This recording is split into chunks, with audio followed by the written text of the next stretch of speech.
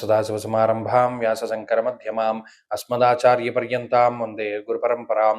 జ్యోతిష్ శాస్త్రాన్ని భావితరాల వారికి ప్రసాదించిన ఋషుల యొక్క పాదపద్మాలకి నమస్కారం చేసుకుంటూ, అలాగే నాకు ఈ జ్యోతిష విద్యను నేర్పిన గురువర్యులు జ్యోతిష బ్రహ్మ కీర్తిశేషులు శ్రీ ఈరంకి సూర్యనారాయణమూర్తి గారు, సూర్యశ్రీ దైవజ్ఞ గారి యొక్క పాదపద్మాలకి నమస్కారం చేసుకుంటూ, ఓం శ్రీ మహాగణాధిపతి నమః, శ్రీ గురుభ్యో నమః, హరి ఓం. వీక్షకులందరికీ నమస్కారం.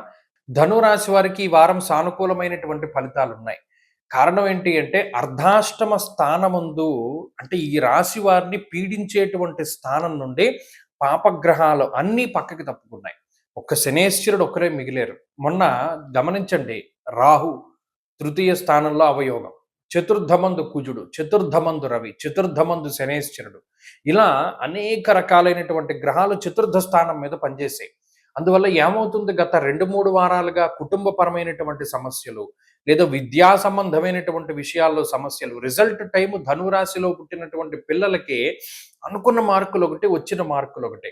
అలాగే కాన్సన్ట్రేషన్ సరిగ్గా లేకపోవడం వల్ల కాంపిటేటివ్ ఎగ్జామ్స్లోను ఇంటర్వ్యూస్లోనూ సరైనటువంటి అవుట్పుట్ మీ దగ్గర నుండి రాలేకపోవడము, లేదా కుటుంబంలోనే అనేక రకాల సమస్యలు ఉండడము, లేదా అంతఃక్లేశం గృహశ్చిద్రం సౌఖ్యహానిమ భోజనం, అప్పటి వరకు కాపాడుకుంటూ వస్తున్నటువంటి రహస్యాలన్నీ కూడా ఇంటి గుట్టు ఎవరికో బయటవాడికి తెలుస్తూ ఉండడము, తల్లిగారికి సంబంధించినటువంటి ఆరోగ్య విషయాలు, లేదా వాతశూలం మనక్లేశం భయం స్వస్థాన హాని కృతం, అంటే ఇంట్లో ఉండాలని అనిపించేది కాదు. ఇవన్నీ గత వారంలో ఉండేటువంటి విషయాలు.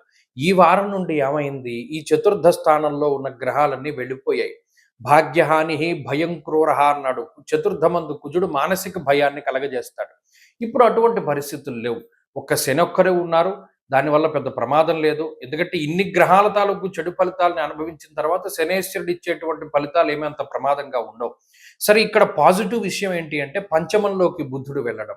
ఇక్కడ బుద్ధి బుర్రలో పాదరసం పోసినట్టు పనిచేస్తుంది. అంటే అప్పటి వరకు రానటువంటి ఐడియాలన్నీ ఇప్పుడు వస్తూ ఉంటాయి.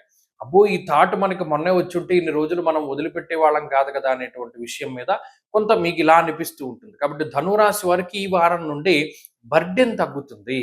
ప్రత్యేకించి మీరు అనుభవిస్తూ ఉన్నటువంటి బాధలు తగ్గుతాయి. ఏదో విపరీతమైన యోగం అని చెప్పను కానీ బాధలు తగ్గుతాయని మాత్రం మనం చెప్పవచ్చును.